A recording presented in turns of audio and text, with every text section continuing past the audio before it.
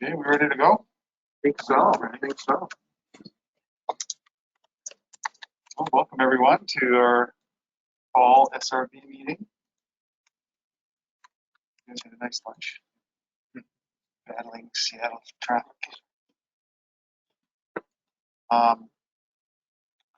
Do we have the observers? They Yes, we do. So Pete Holton has replaced Barry as the science advisor for the US, and Anne-Marie is for online for Canada. Hi, Anne-Marie. She may have fallen asleep waiting.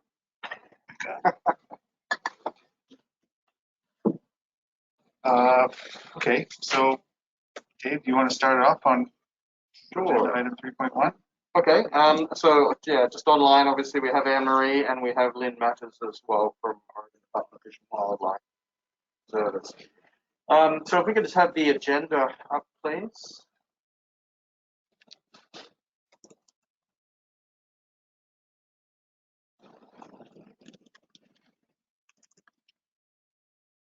Okay, so we have a reasonably full agenda. However, there's still plenty of time over the next couple of days to allow for additional discussion. So I'm going to try and scroll, see if I can scroll. No. Yeah, it's not allowing me to scroll, Ed, so I don't know if that's going to be possible or not. Make it a little bit easier. So if we can just scroll back to the agenda rather than the schedule. If there's any chance to give me control in the room with a mouse, I think that might make it a little bit easier. So we have the IPHC process to go through shortly after adopting the agenda. We'll talk a little bit about the annual workflow, actions arising, and the outcomes of the annual meeting. And then we'll provide both science advisors an opportunity to see if there's anything that the US or Canadian commissioners would like us to pay particular attention to for this meeting. The rest of the agenda is pretty straightforward in terms of updates on the 5-year plan, the stock assessment, the fishery independent setline survey design, management strategy evaluation, and the research program. Later this evening is the function for the SRB, so we'll provide details as soon as we close this evening. Otherwise, Chair, we should be good to jump in. Just a reminder that the SRB's mandate is as updated each year in the IPHC rules procedure. I don't intend on walking through what that mandate is, but just as per usual, it'll be the second paragraph in the SRB report, just as a reminder that anyone reading the SRB reports of what the mandate is.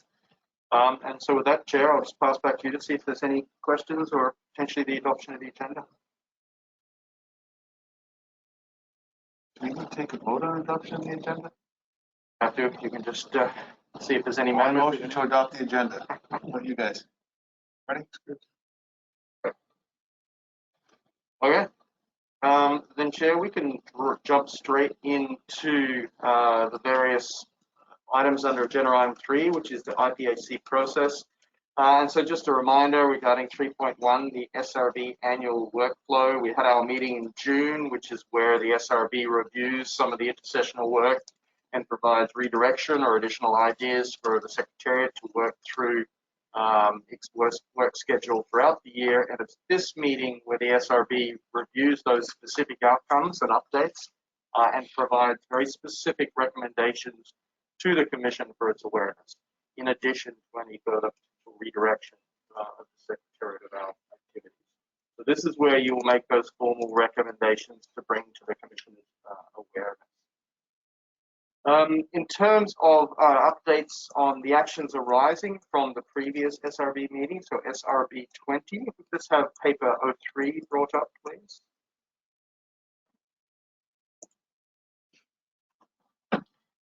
And so noting, Pete, that you're relatively new to the process, so I'll just very quickly go through what this document is. It's meant as a broad opportunity for the Secretariat to provide an update on the progress made between the last SRB meeting and this SRB meeting itself, so that you can take that into consideration in developing recommendations for the Commission. Provided we do try and ensure that each of the recommendations that move forward to the Commission provide a specific action to be undertaken. So whatever the deliverable is, a responsibility for who's going to be undertaking it, whether it's the Secretariat or the SRB itself, and then also the time frame for delivery of that specific recommendation.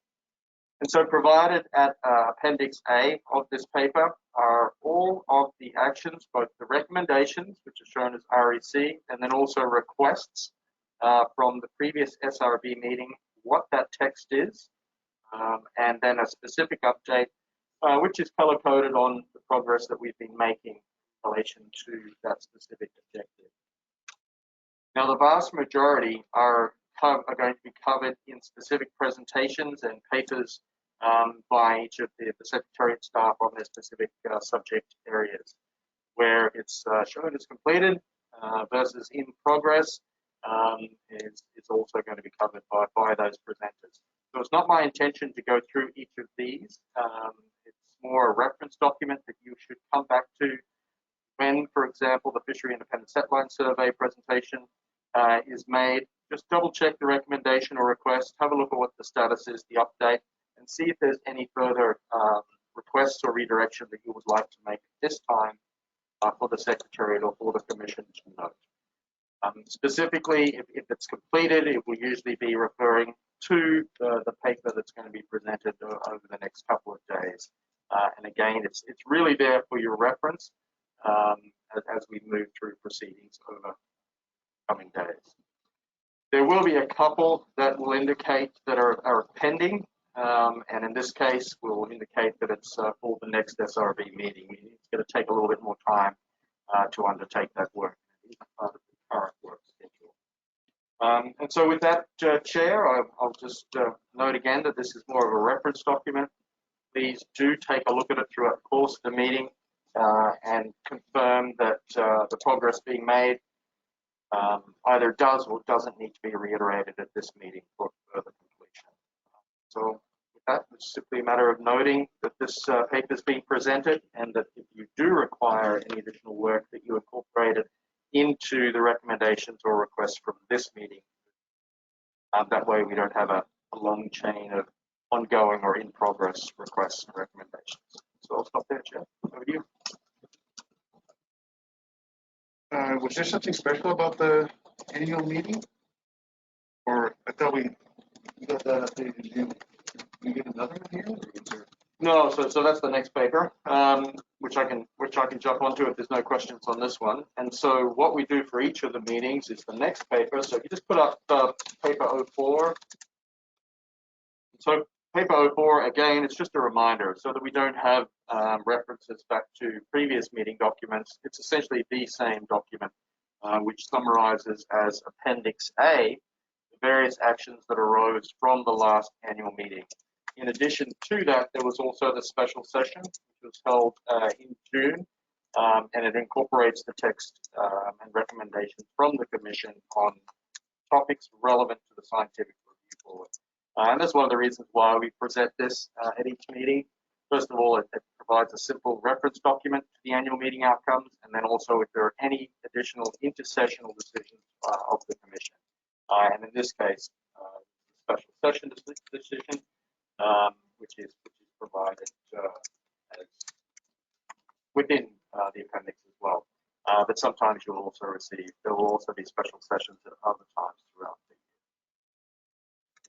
year. And so again, it's just a matter of noting this document's there, and if there's no questions, we can keep moving on. Sure. This would be the time we would take any of the SRB. Is that all good for you guys? Kim, Lola? Okay, this would be the time we would take our observer updates.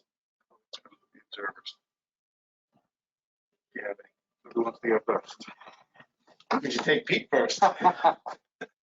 Great. We don't know that Emery is awake right now.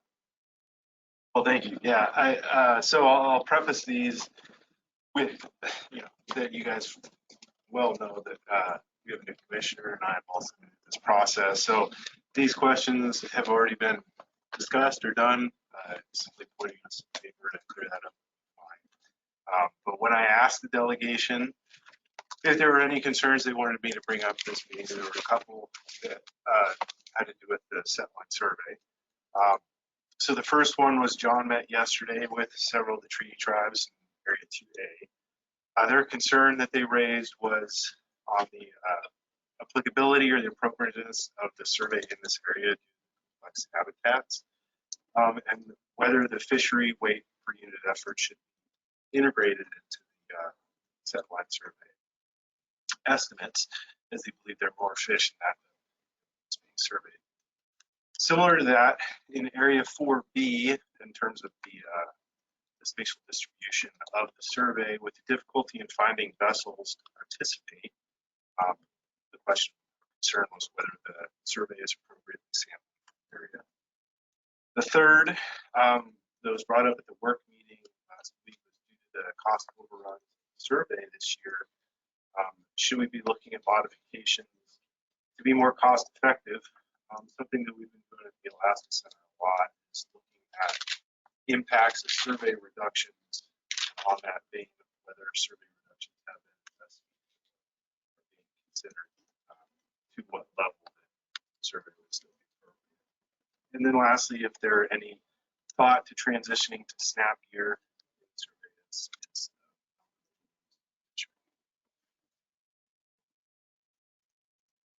So, Chair, we can either maybe make a few quick responses, or if we potentially leave them if we're going to cover them for later presentations. What's the team think? Not everything's going to be. Question about using commercial data, integrating it into the survey data is something that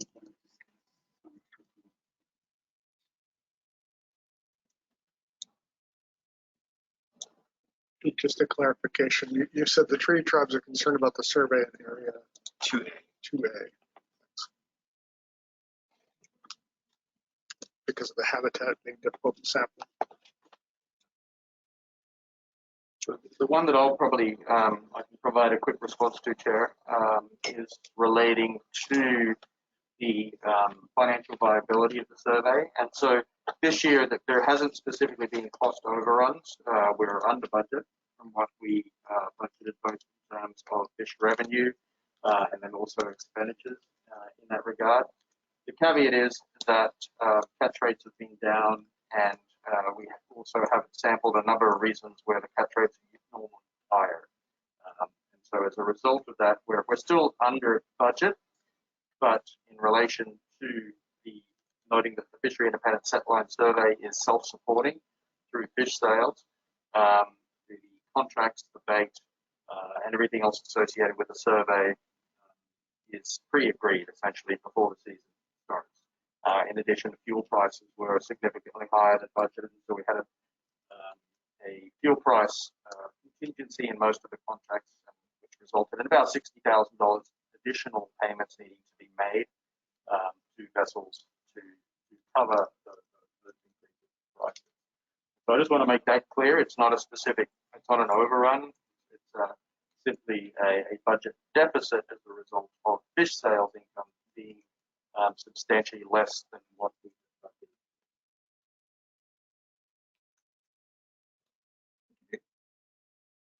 Not sure which of the questions it fell under, but you mentioned something about whether missing survey grid points have been factored into the survey or something like that. Oh, well, it was on that question, but what we've been looking at in the Alaska Center is like survey reductions are on our list now. And if there were going to be survey reductions in the future of the setline survey, whether it was considered.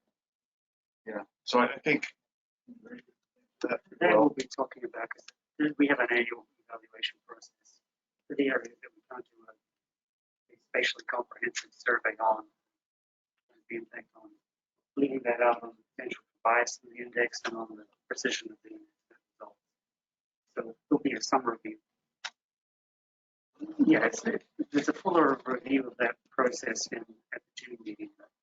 We'll touch upon that anyway. But in summary, we do look at that. We do evaluate the designs each year.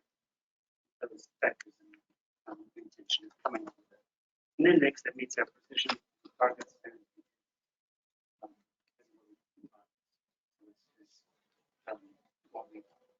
something we need to mention. The commercial data, I think, is maybe part of a different. Seems like something we touched on before.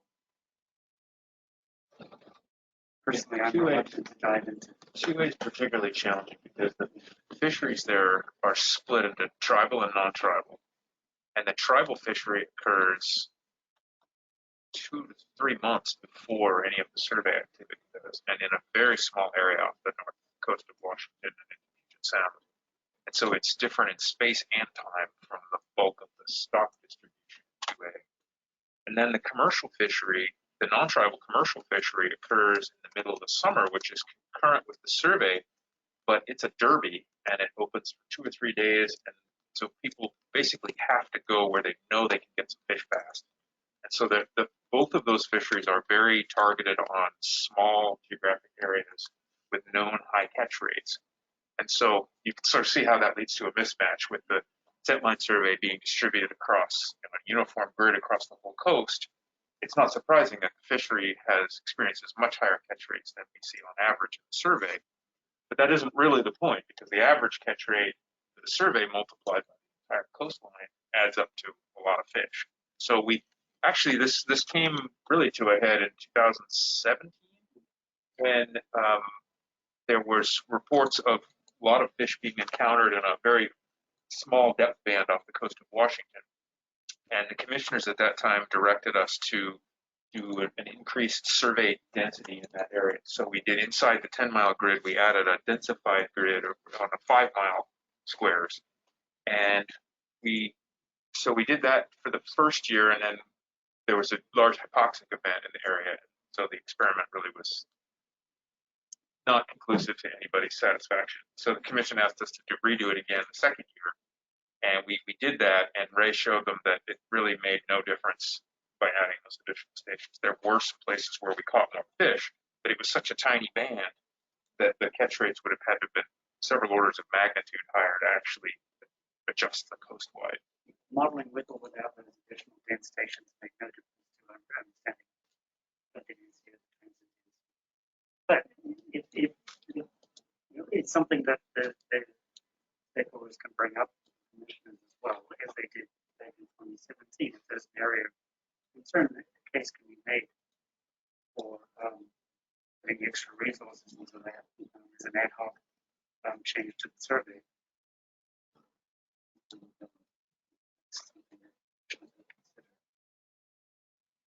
Big challenge is just the mismatch in perception, because particularly the tribal fishery occurs in a very small area, and it's an area where we would expect nearly all of the halibut in 2A have passed through at some point. It's the north, the corner of the northwest coast of Washington. So all the fish, biologically, all the fish on their lifetime migration to the south and then through the annual spawning migrations will be passing through that area. So that fishery, which occurs in the early spring usually, is incredibly productive. And it's not surprising that they don't really see a response and change in stock size to their catch rates, because they're accessing a known point of concentration, which we would expect to have fish right down to the last few fish. I think there's a similar example in New England with the shrinking and the size of the cod fishery in a small area off Massachusetts there, where as the stock shrank, the CPUE stayed at the same place. So those have been our challenges. Yeah, so based on that, the 2A is always the one I find at least would be the most challenging to integrate into this if we were ever trying to handle tribal data. 4B is a little different, but I should note that I have been looking at the commercial data to see if we're missing any signal that might be in the commercial data. So we don't ignore these data, we don't integrate them into the FIS when there are gaps. We try to design the FIS so that there's frequent enough surveys covering the entire area over a sufficiently short period of time. But I haven't seen any particular trend in Western 4B, which is the area we haven't been able to sample for 3 years. That indicates something is going on that we're missing. Maybe there's a hint of something. But our proposal is to sample that unsampled area in 2023. We're supposed to sample in 2022, but we didn't get a file. That's an ongoing concern. But we are monitoring the commercial development. Reassure us that we need trends. Was the particular concern about how 2A contributes to the coastwide biomass, or was it specifically that they don't think the survey is representing the biomass in 2A? I don't know. Sounds like a conversation, but I think it's more the latter. But I could see, with to Ian's point, of where they're fishing, when they're Why is the classic? Yeah, it's the classic argument from fishermen. Your survey sucks, but it doesn't catch you. Well, that's the point. On the snap gear transition, following the discussion that we had at this SRB in June and the recommendation which you all made, which actually has proven quite helpful going into the work meeting, we've actually, we're looking at opening up the design to using snap gear in 2023.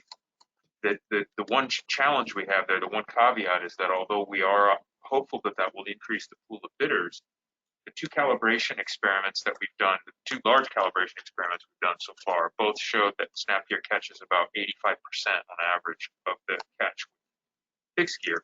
And so there's a revenue cost as well. So it's not just an automatic win. It actually has to be a pretty big reduction in bids to make it worthwhile to take a snap boat over a fixed gear. So we're moving in that direction, but it might not be as helpful as we had hoped. Is that likely to help with the 4B problem? Are there enough snap gear vessels in 4B that this might solve that issue? Probably not, honestly. There are very few boats that want to go out to 4B to work for us, snap or otherwise. So this might add more vessels, but not in the place that they really needed. I think more optimistically, it might give us more choices in the core of the stock, which will allow us to take some of our long-standing skippers and move them farther out, at least as far as they're willing to go into the north and the west. Are you going to talk more about that, Ray? The analysis of including snap gear? Sorry, could you say that again? Are you going to talk more about that in the fifth section, the analysis of including snap gear? It's not part of my presentation. I could discuss it more. Or when I'll be representing, it's basically a representation of the June presentation where you supported the designs and you're basically re-supporting the designs of the commissioners. We look at the gaps, we can discuss snap gear during that. Yeah, I think it's worth having some more conversation about that, in particular the calibration experiments and whether more calibration experiments are necessary or whether just by running the survey concurrently with 2 years, you'll get enough information from the spatiotemporal model. Yeah, I think we had some discussion about that. Yeah, we talked about the potential for maybe running overlapping some stations where there's an overlap types of gear. Within year calibration. If you could do that, then space-time modeling, you're using both tools.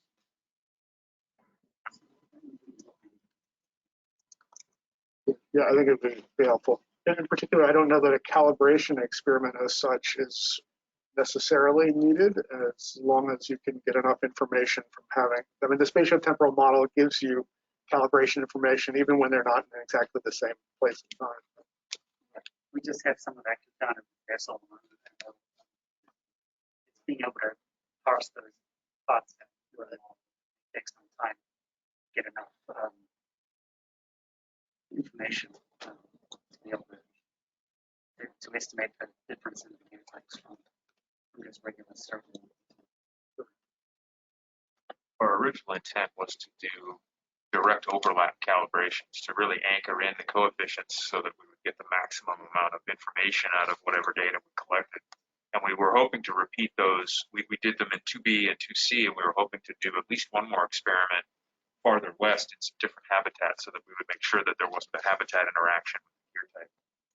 But as we discussed in June, it does seem like we're going to get, if the options are no data versus uncalibrated snap data, it makes sense to get the uncalibrated snap data and then either use a prior from the previous experiments to help inform that, or maybe, like you say, we get enough information where we have adjoining stations and over time with the same stations.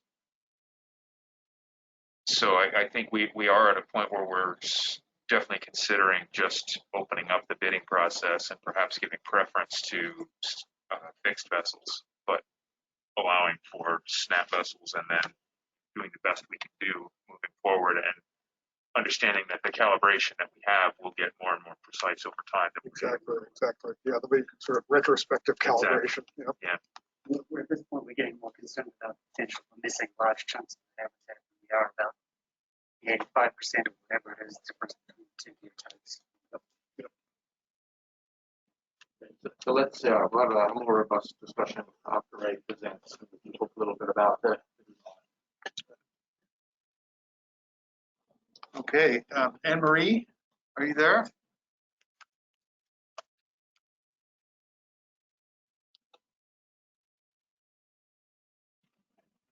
Oh, sorry. Yes, I am. And I actually figured out how to use my mute button too.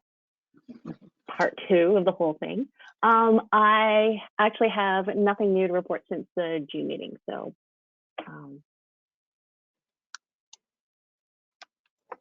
Okay, thank you.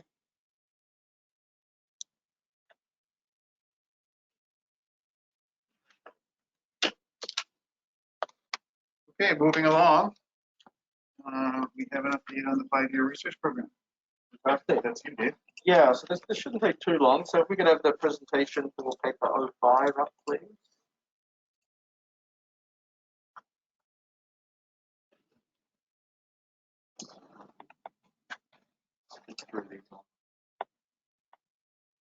Okay. All right, so this purpose of this agenda item is simply to provide you a brief update, noting that the 5-year plan, the program of integrated research and monitoring, was implemented earlier this year, and we've been trying to finalize the document supporting those activities, or summarizing those activities rather. I'm pleased to say that the document has been published online. However, I just wanted to make a few things clear in terms of process for this document. This mouse is going to drive me nuts if I have to keep. There we go. So just recalling that we undertake various research activities to address key issues identified by the Commission, subsidiary bodies such as yourselves, and the broader stakeholder community on an annual basis, but trying to lay out a longer-term plan to implement those directives. We go through a process of identifying, developing, and implementing the various science-based research activities. And this is really an iterative process which goes through the Commission, from the work meeting to the interim meeting to the annual meeting, plus any intersessional meeting processes that the Commission itself may wish to implement. And then in addition, through the various subsidiary bodies. So yourselves, the Scientific Review Board reviews progress and makes recommendations twice a year, the Management Strategy Evaluation Board, the Research Advisory Board, and then also it goes to our industry stakeholder groups, the Conference Board and the Processor Advisory Board each year during the annual meeting itself. As part of that, just a quick question, is this actually the whole slide? I don't know if we can reduce it just so we can get the whole slide on the screen. It looks like I'm number D is being cut off. I'm going to try and do it myself just because I'll probably skip 10 slides ahead. Ed, I don't know if you're listening. If you can zoom out the presentation itself so the whole slide is on the screen. That also works. And anyway, as I was saying, we have already implemented this plan. It's a flow-on from the 5-year biological and ecosystem science plan that concluded last year. And as part of that process, the Scientific Review Board, amongst the Commission and other stakeholders, also noted that we needed to take steps to integrate all of the work that we're currently undertaking into one motherhood document. And so that means taking the biological and ecosystem science activities, the stock assessment activities, the management strategy evaluation, and then also our broader monitoring, particularly our fishery independent and our fishery dependent data collection activities, both in ports and also through the fishery independent setline survey itself. And so that's what this document is meant to do. It's meant to bring all of those research and monitoring streams together into one consolidated document. It is not meant to be a very detailed project by project summary outlining the individual deliverables and how we're going to achieve them. It's meant to be an amalgamation of those research stream and monitoring streams in a broader, as I said, sort of a motherhood document. That's what's being provided.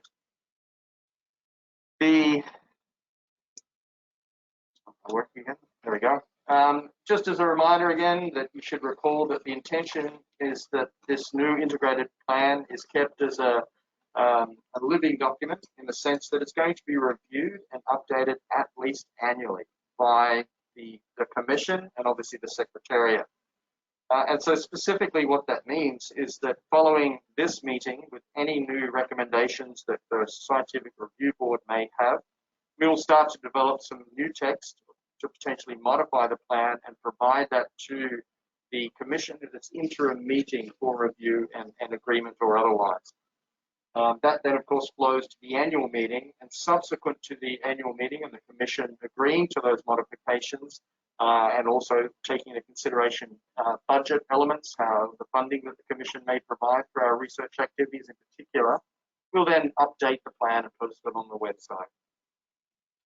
And so the intent there is not to get 3-4 years down the track and have operations at the Secretariat diverging from the document itself, but rather keeping it up to date, taking into consideration the plethora of resource streams that would go into this program, whether it be financial, staffing, collaborative arrangements we may have with universities or other organizations.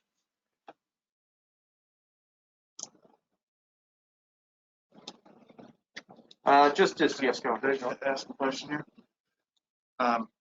You just back up one there. Try back up. Okay, well, it was just about the SRB can suggest modifications. So we're talking about kind of broader scope strategic modifications, not, like you said, it's not a project by project plan. Correct. So, for example, at this meeting, if the SRB was to highlight that a particular research stream that's being undertaken by Dr. Barnes's group is a lower priority, we would then take that to the Commission, and if the Commission agreed or disagreed, it would either be incorporated or not incorporated. For example, over the last couple of years, we've been investing a lot more heavily in genetics and genomics, and that's that sort of higher level, broader input that the SRB would have, and the Commission would potentially take on board. Or the individual projects within that would then be considered and deliberated on at a different scale, including at the SRB meeting. For example, when Dr. Parnas presents a particular project, you would then make comments, recommendations, requests relating to that project that would still be fed to the Commission, and they may also indicate that that's a higher or lower priority and to undertake it or not.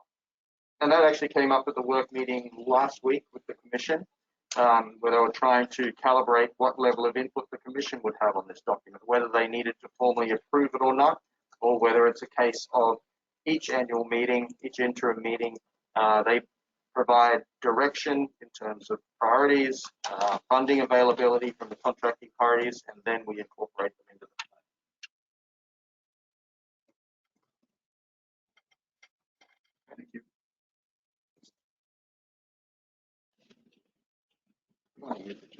else is not as receptive. So the broad overarching goal for the 5-year plan itself is, as we presented to you at the last SRB meeting, and that's obviously to promote the integration and synergy among various research and monitoring activities. We do have the 2 core areas, which have always been the core driver for determining what direction we take with our research and monitoring activities, that being to deliver the Pacific Halibut annual stock assessment, and then also the management strategy evaluation process that's been ongoing. All of the information that we try to collect, the vast majority of it through research and monitoring, goes through those 2 processes in different formats with the aim of providing the best possible advice for our decision makers, the commissioners, at their various meetings throughout the year. There are a range of short and medium-term activities that we have included within the broad plan itself, and are really in pursuit of the overarching objective from the previous slide. Again, these are sort of motherhood statements where we're aiming to undertake obviously cutting-edge research programs, and this is particularly what's been occurring as part of the genomics genetics work that Dr. Planas has been undertaking. Look at methodological research, applied research, seeking collaborative agreements and interactions with research agencies and academic institutions, and then a whole range of other components, particularly down to incorporating talented students and early researchers in our research activities. So again, this is sort of motherhood statements, our broader aims that we're going to be trying to implement as part of the broader objective. The plan itself is broken down into 5 key areas. The first 4 relate to the data collection, so that fisheries dependent and fishery independent data collection. Fishery dependent being the data we collect in ports up and down the coast, and the fishery independent data largely being through our fishery independent setline survey monitoring program. Biological and ecosystem science research, which Dr. Planas will present, I believe, under the second last agenda item tomorrow or the next day. And then the 2 that I just mentioned, the stock assessment and strategy evaluation. In addition to that, the Secretariat aims to respond to Commission requests for additional inputs, often on an ad hoc basis, which are often to fulfill policy development questions. And these are all incorporated into the plan under management support.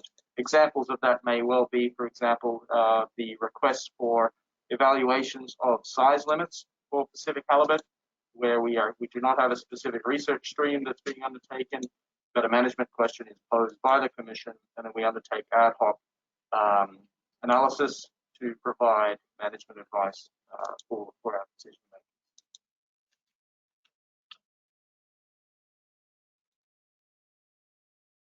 This is just sort of a summary of those core areas, which I've just highlighted. The first 3 are linked to our website, so both in the paper and the presentation.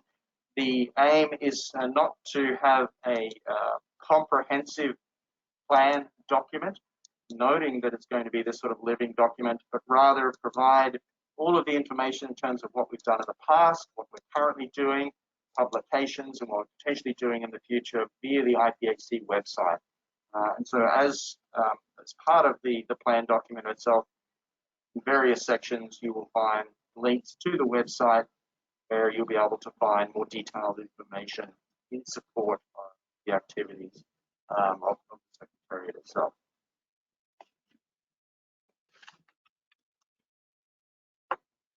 So we also, the SRB had a number of discussions at the last meeting about how we could measure success by the Secretariat and others in implementing this plan. And you made a number of very good suggestions on how we will be able to measure that success in delivering the key objectives and aims described in the plan itself. Now, these are just very general statements. Obviously, we'll be looking at timeliness when the research was conducted, analyzed, published, and whether it was for the outcomes or results were provided to the decision makers in a timely manner at appropriate points in time, so that they were able to utilize that information to make an informed decision. accessibility was the research published and presented in a way that was available not only to scientists in peer review literature, but also other stakeholders in interested user groups, in addition to our decision makers. And included in decision makers, of course, are our domestic agencies who implement the IPHC fishery regulations, often in a more stringent manner. Then relevance and impact are both related. Relevance in terms of did the research improve the perceived accuracy of the stock assessment MSE or other decisions made by the Commission? And then in terms of impact, did the research allow for more precision or a better estimate of uncertainty associated? And then finally, the reliability. Has research resulted in more consistent information being provided to the Commission for decision making? Now, we still have some work to do about how we're going to measure this success under these 5 key points for each project. And that's just something that we're going to plug into the plan as we move forward. But we are always very eager to hear the input of the SRB on how we might be better able to measure the success of the work we're doing.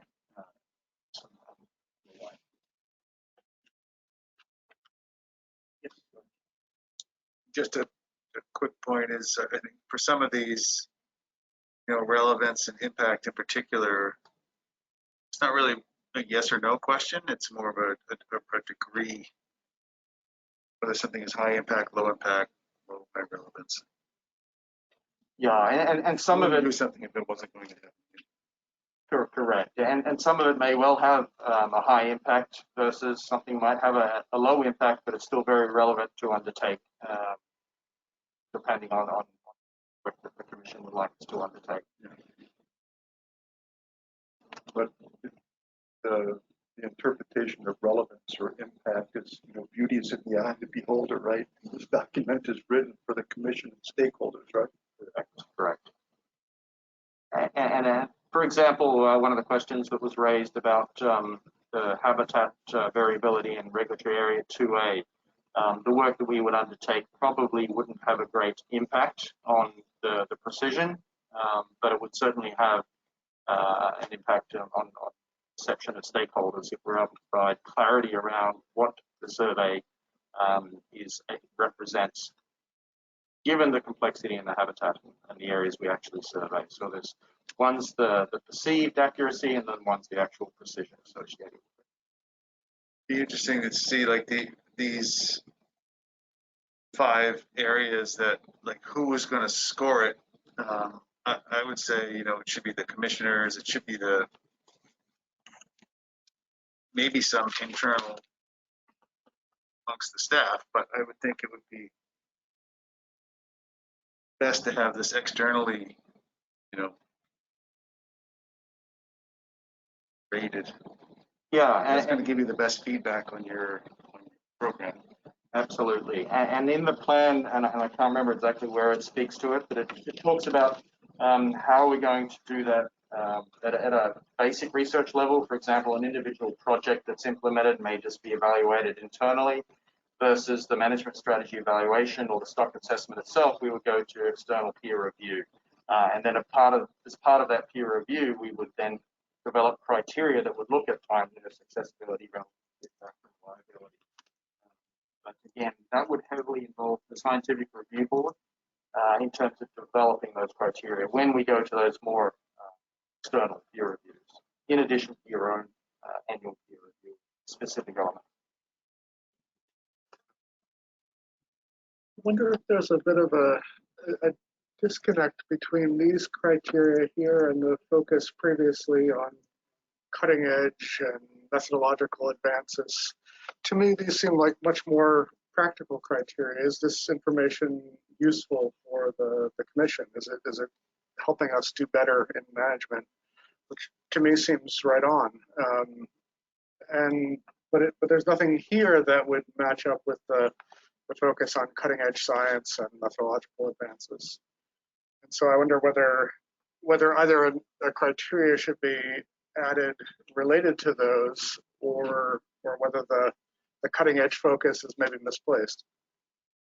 I think that makes a lot of sense. most of what's on the screen here has been driven by discussions with the commission itself over the past little while, where they're indicating with greater clarity at each meeting that the work we undertake is to fulfill their management requirements, decision-making requirements. Trying to remember again where in either the plan or in previous discussions we've had those recommendations from the SRB is that yes, we need to fulfill these types of activities, but at the same time we need to be undertaking sort of theoretical research on some topics to a lesser degree, but just as an ongoing practice. And as you said, it's not reflected in these 5 success monitoring elements described or criteria.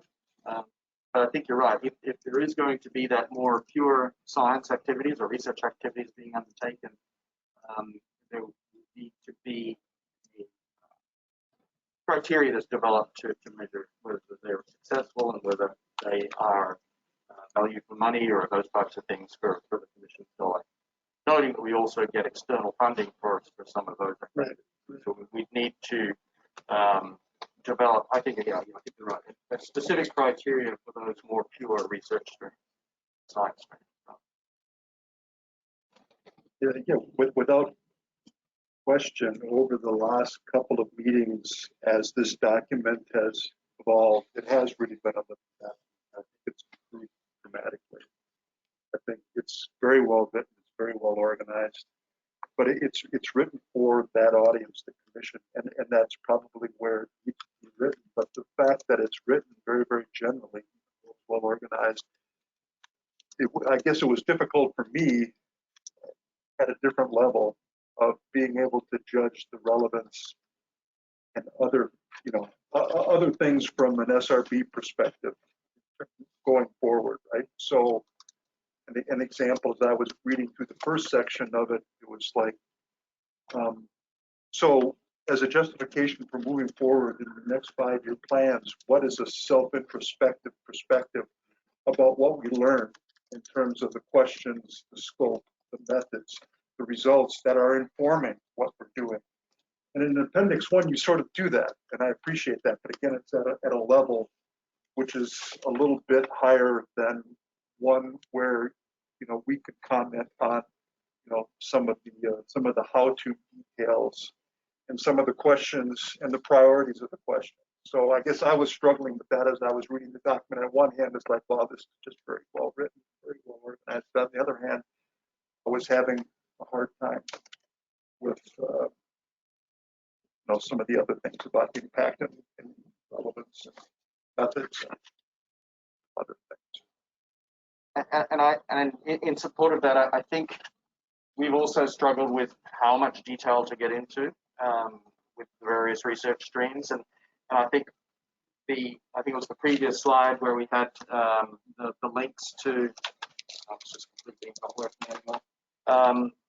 To each of the core streams on the website, and I think that's going to be our focus for really articulating more of the details about how we're undertaking the specific projects, the real-time results, for example, the management strategy evaluation work. You'll have the work and simulator that Alan's going to speak to probably tomorrow, and then similarly for the other activities for the biological and ecosystem science research. That's where we're going to put the details. Noting that those projects, some of them will be longer term and others will be just short-term projects that will come and go.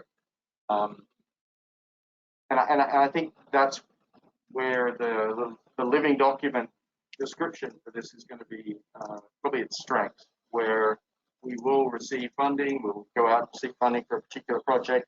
The commission will ask us to undertake a set of work, or we may develop additional avenues for more applied or more theoretical research, depending.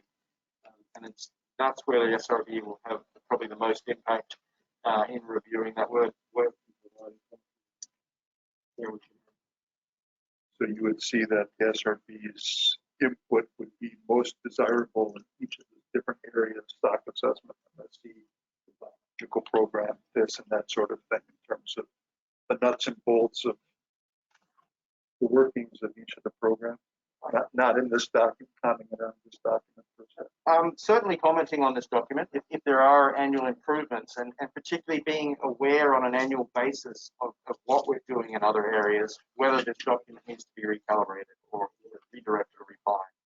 So it's a bit of both.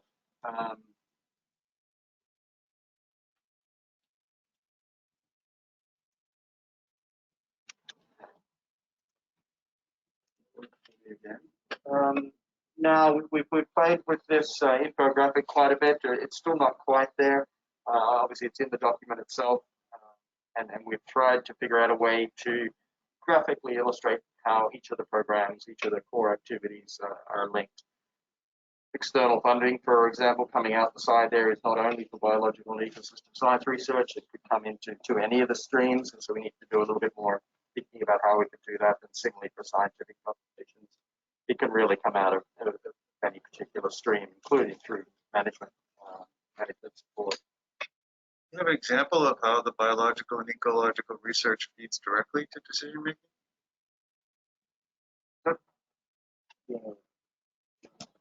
I was thinking the migration component, the genetics. You're looking at the clear one. I think somewhat, I can say some of the research activities have high priority with regards to the needs of success of MSC. Key components that Ian stressing over the last few meetings is, for instance, the implementation of the situation. That was product that derived from initially research and now is moved into more monitoring aspect. And another component is the research that we're undertaking regarding maturity that feeds full stock assessment. Yeah, well, I understand that, but there is an arrow describing that feeding into stock assessment. There's an arrow going directly to management decision making, as though. So one example of the commissioners are using. I'm sorry, That's I would have had to miss a lot. yeah, sorry. No, I wasn't even aware of that. One example I can think of would be discard mortality rates. So it's something that we use in the stock assessment, the MSC, but if we do research that gives the commission a clearer direction on what a discard mortality rate may or may not be, that will influence their interest then in things like a new size limit analysis or potential regulatory changes to the fishery. And so that's a case where it would feed semi-independently directly into the management process. There's another example, I think before most of our time, is that we have the relative harvest rates between the different areas, regulatory areas, where we harvest less in the western areas than in the eastern. It's 0.75 to 1. And part of the justification of that was smaller. Well, I think a lot of biological justifications came into that. And so it wasn't fed through a stock assessment, it wasn't fed through an MSC, but they fell. I can't remember all the details, but I think maybe size of age was in there or something like that. You know, so in the past it has been a link. But I think now with the MSE, that that's something we can pass it through. We're going directly from a biological observation into the management. Yeah, that's tough. That's a tough one. It is. I would take it out. Yeah.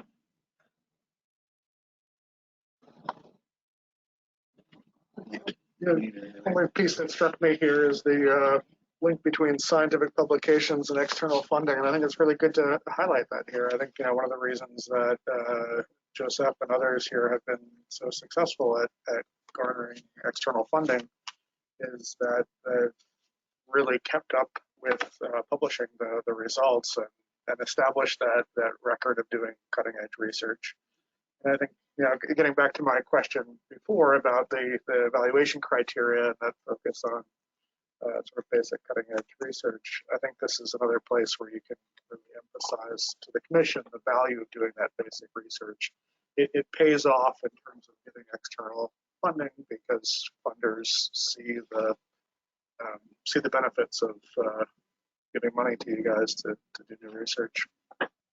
That's important, I think, as a communication tool with the commission as well, for justifying some of that more fundamental research.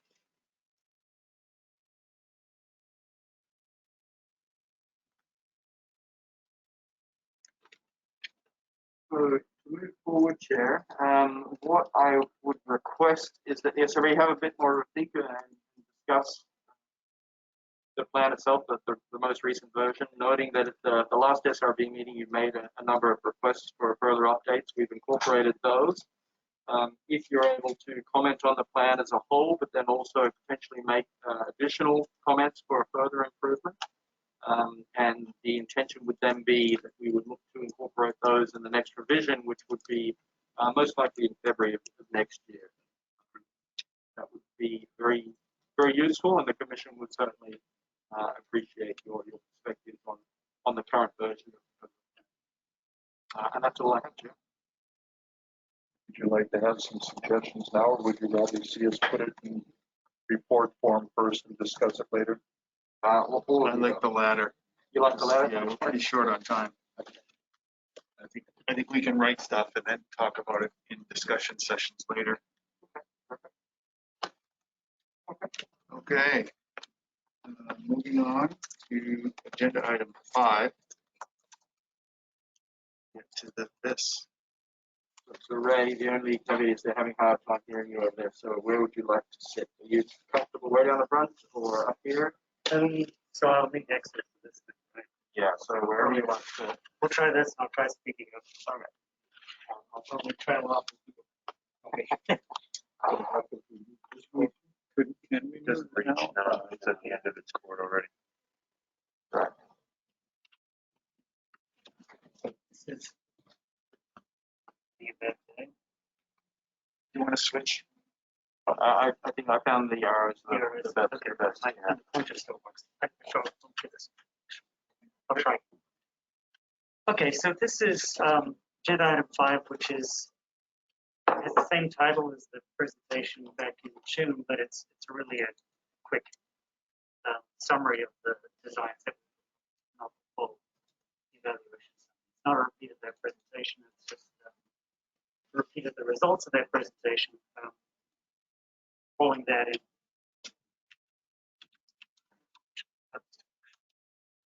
Just the right arrow seems to be 7.4. I think we should have invested in more instead of these things. Unfortunately, being this far away seems to limit issues. Okay, and then so there are 3 parts to this. Is the review of the evaluation of the designs that came out of that, and then there's a couple of updates to the methodology, which I'll introduce to you. Likely you'll see them again next year. Okay, so at SRB20, we proposed FIST designs for 23 to 25, together with an evaluation of those designs. And based on the evaluation, it's expected that the proposed designs would lead to estimated indices of density that would meet bias and precision criteria that we set. In your report, you endorsed the final 2023 design as presented in figure 2 of the report, and provisionally endorsed the designs for the subsequent 2 years, recognizing that these would be reviewed again at subsequent SRB meetings. So this is the design that you endorsed. So to review, this includes randomized sampling stations at relatively high density in the core areas of the stock, from 2B to 3B, and the prioritization of sub areas of the other 3 of 2A, 4A, and 4B, and the complete sampling of the stations in 4CDE. So regarding the first of those 2 items in 2A, we had proposed expanding the sampling over what we've done in the last couple of years to include moderate density stations in Northern California and in South Washington and North Oregon coasts, which haven't been done in the last couple of years. Sampling of the 4AH stations, which have not been sampled since 2019, and sampling of the western 4B stations, which have also not been sampled since 2019, but were approved for sampling in 2022. But as I noted earlier, we were unable to attract a suitable bidder for that region. 2022, we sampled central portion of 4B. So that was great because that hadn't been sampled since, most of those stations hadn't been sampled since 2017. This western area is an area that, and actually we'll see it later in an example regarding the modeling updates. It's an area that our evaluation has indicated should be sampled at least every 3 years. Because in the past it has historically changed by quite large amounts in the index, and the proportion of biomass represented by that area, by that sub-area, has changed over a relatively short interval of 3 to 4 years by a reasonably large amount. So we would really like to get information from that area. As I noted earlier, we have been looking at commercial data, and there's no indication from the commercial data that anything has changed greatly in that area. But the commercial and this indices don't always line up, depending on when the two are done and how targeted commercial fishing is. Okay, so that was the design you approved, endorsed. This is the 24 design provisionally endorsed. Back to sampling of the core area 2A, randomized sampling of the core areas again, targeting the highest density, most likely to change parts of 4A and 4B, and complete sampling of 4CE. In 2025, the only change here is the addition of the southeastern part of 4A, which would be the first time that was sampled since 2019, but our data from the FIS have indicated this is an area that has been low density and very stable for quite some time. There is a hint of commercial data that commercial indices are changing and a positive trajectory in that area, but I've looked at the longer time series, and there's generally it hasn't been a great consistent relationship between the commercial index and that sub area and the FIS index. There's often years in which there's high index commercial data and the FIS is low, and vice versa. So we're proposing this for sampling in 2020. Okay, so our recommendation is simply that you recommend the Commission note your endorsement of the proposed 2023 design and provisional endorsement of the proposed 24-25. So this is just basically a reiteration of the statement you made earlier. I think one of the reasons we do this at this meeting is well, it's more proximate to the interim meeting that's coming up, emphasizes your support, but also there's potential at the June meeting that you recommend us to do some additional work in the interim. So when we come back in September, that work would be reviewed and may have an impact on your recommendation, but there was no such recommendations at the June. Could you go back to one of the slides of the distribution, maybe just the previous, right where the arrow is pointed? Yeah, right there. Where the arrow is pointed in 4A. I mean, while not the main justification for the survey, but certainly a broader impact, is the use of data to look at migration and distribution, right?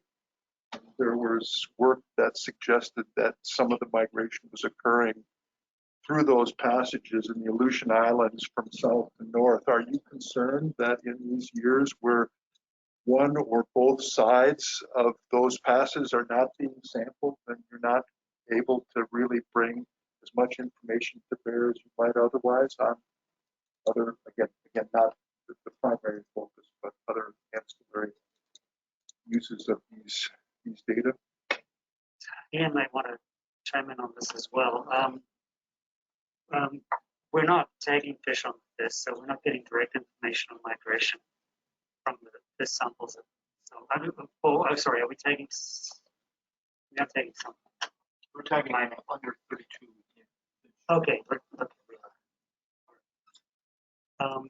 you're correct. That is the area that fish hypothesized that fish are moving through Unimac Pass. That would be the first stop over area. IPHC before they distribute in the Gulf of Alaska, before they distribute themselves throughout the Gulf of Alaska. Past work has shown the high degrees of migration from 4A eastward. We on the north side of the peninsula and Aleutians, we do get a small amount of information from the Bering Sea Trawl Survey, which overlaps that purple zone. So even though it shows purple on our designs, we do get some information there. I forget the depth range of the overlap. Right. There's it. So our survey goes down to 75,000. survey, yeah, except in the 4AH where we go right to the boundary. We used to go to 70. No, that's not correct. We go to, yeah, we still go to 75. But the overlap, the Rim Trawl survey goes down to 200 meters, which is, okay, using mixed units. It's 100. There is an overlap. So we do have some of the trawl stations on the 4AH, not very many, 4 or 5. But also stations just over the edge of that diamond here, where we are also wire tagging fish.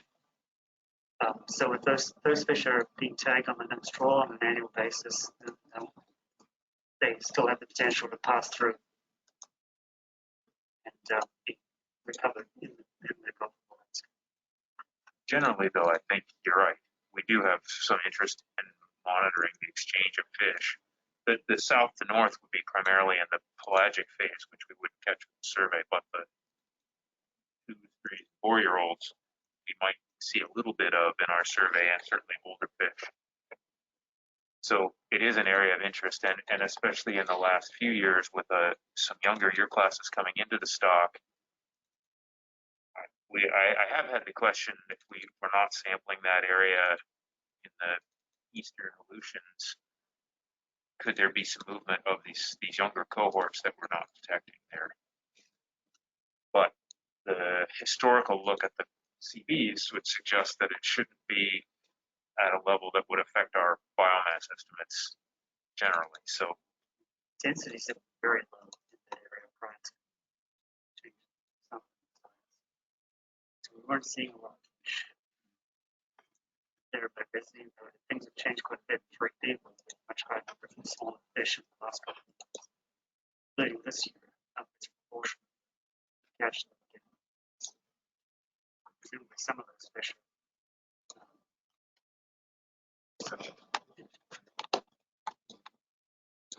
Ray, looking at the other end of the distribution, parts of 2A are not sampled at all during those 3 years.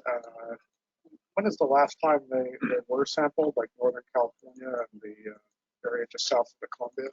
So we are proposing this northern part of Northern California next year. Next year. Oh, I didn't see that. From geography. Camp Mendocino, thank you. North. That is we sampled that 3 times before in 2013. Twice before, maybe. I forgot. Last time we sampled it was 2017, anyway. And the densities there were comparable to the central area in Washington, Oregon that we used to sample on an annual basis. So we are proposing sampling that next year. South of that, we've only ever caught 2 fish. We sampled this area twice. Did we do a second time in 2014? Yeah, right. I think we did it first northern part in 2013, then we expanded a bit south in 2014 to encompass more stations, but we didn't catch anything on those more southern stations. Then we expanded again to San Francisco Bay in 2017 and caught a single fish just outside the bay.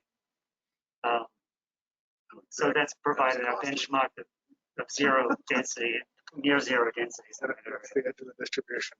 Yeah. But 2023 has you sampling pretty much from Can you go back to the 23? California, Oregon, all the way up. Let's look at the relevant map. Aha, okay. Yeah. Yep. So we're not proposing doing this again. We probably need some information that would indicate, say, observer data or commercial data that indicates that we should be going back to this part of the range. But certainly this is a part of the stock where they regularly catch fish commercially, recreationally. And we have caught fish. And when we talk about moderate densities, these are extremely low densities by the standards of the core of the stock. But for 2A, they're close to average for the entire area. So otherwise, yeah, over the next 3 years, we would have completed sampling all of the stations. Since the survey designs were rationalized in 2019. The other exception would be the Salish Sea, which hasn't been sampled since 2018. But that's the only other example. Area. Again, another very low density part of the stock.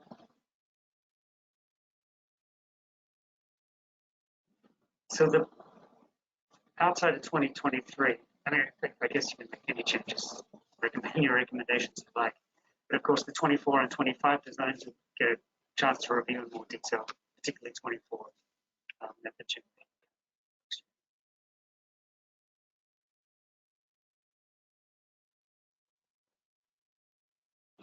Okay, so there's integration with the NIM survey in the Bering Sea. What about surveys elsewhere to the south in the Salish Sea or? So we did a fairly extensive review of the other surveys and their possible relevance or usefulness to us back when we were looking at expanding the survey, what other sources of data we could use. And a lot of the surveys either didn't have a great geographical match, or the gear types were different, and they would require their own full complex calibration. Whereas unlike for CDE, we have our own sampling anyway. So the only survey at the time we thought identified as potentially useful was the NIMS Sablefish Longline survey, which at the time went into waters deeper than we were sampling. We used to go to 275 fathoms, and we established that halibut can be at reasonable densities down to 400 fathoms. And the longline sablefish survey goes much deeper than that, maybe 600. So for a while we made use of those data to index the deeper waters until we went there ourselves, and found almost no fish in most of those waters. But now we have our own data, and those deeper waters are sampled regularly. You see that our stations go right to the edge. But we have explored surveys, in particular 2B. There are inside water surveys where we're not sampling. And this comes up at the commissioner level on a regular basis. I forget the details of some of those surveys. But I don't know, Ian, if you can remember anything else. The biggest challenges we have are that, like the sablefish survey and the rockfish survey that's done off the BC coast, use different size hooks. So there's just not only a catchability difference, but also a selectivity difference, and they use different baits.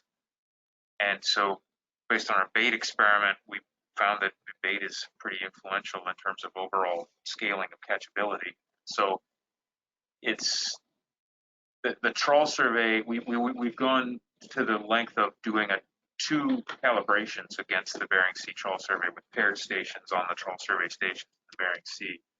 And short of doing more of that kind of work in other areas, the other surveys just don't seem nearly as promising in terms of a source of information. And to the extreme the extreme example is the trawl survey on the West Coast, where it's just noise for halibut.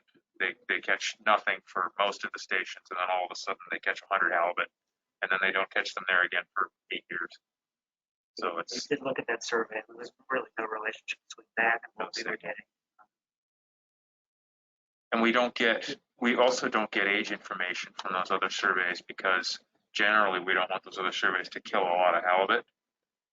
And so without sacrificing the fish, they can't get age information. So we would, at best, we can get length and weight from those surveys, but not ages. And we use the lengths and weights from those surveys to create age length keys to interpret other data sets where we only get length. That's they're just not very informative anywhere else when it comes to the Bering Sea.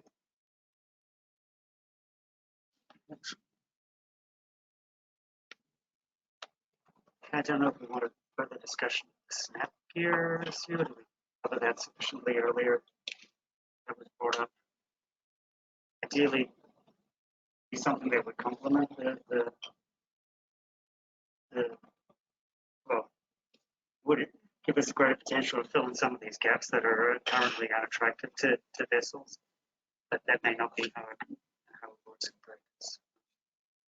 As we noted earlier, we still might struggle to get something to come out to want to go out fishing out. And that's something that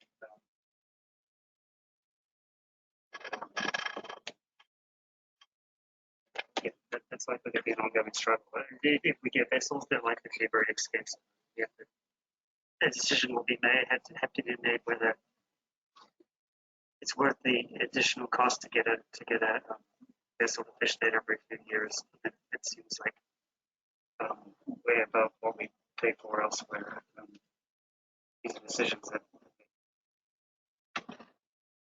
Yeah, so Ray, I mean, there's clearly lots of costs in terms of survey design with including another gear, but two additional benefits that might be there. But one, perhaps lowering costs even within core areas that you can sample as well, just through greater competition, more vessels potentially engaged there and bidding. And then I guess the credibility benefit of addressing this issue that Pete brought up of a lot of the industry using a different gear than the survey. That's something that comes up all the time when you've got a scientific survey and a commercial industry, and the scientific survey has not evolved through time for very good reason. They want to keep consistency, but the industry has changed dramatically through time. So that it might help address some of those concerns about, well, you're not fishing in the right places and you're not using the right gear. We can't fish just in the right places, of course, but maybe we could address that second piece by snap gear. It's hard to do a cost benefit analysis when you're looking at a thing like credibility, right? You can't really put a price on that, but I think it's not something to discard right away. So I don't know. I'd be interested in your thoughts on both of those pieces. Do we know enough about the economics to know whether we get some cost savings from having the snap gear vessels involved in bidding? Yeah, the original investigation we've been had this past year was that snap gear vessels would likely come in cheaper. I mean, we've done the snap gear trials and comparisons in, was it 2021, 19? And those bids were lower than the fixed gears that fish the same area. So there would certainly be, I expect there to be some cost savings purely on the charter alone. Whether there'd be other cost savings in terms of fuel efficiency or gear loss, I don't. We also know they expect to catch only 85% of the fish, so there's a potential revenue decrease as well. But yeah, if you're right, if we brought costs down by having those vessels, more vessels, cheaper vessels competing, then maybe the survey could fund much more expensive this frequent survey out in 4B, 4C, take a bid that otherwise would be tenable. So when you do the calibration done so far, is it the same level of variability in the? Because some of this is going to come down to precision is worse for snap gear, even though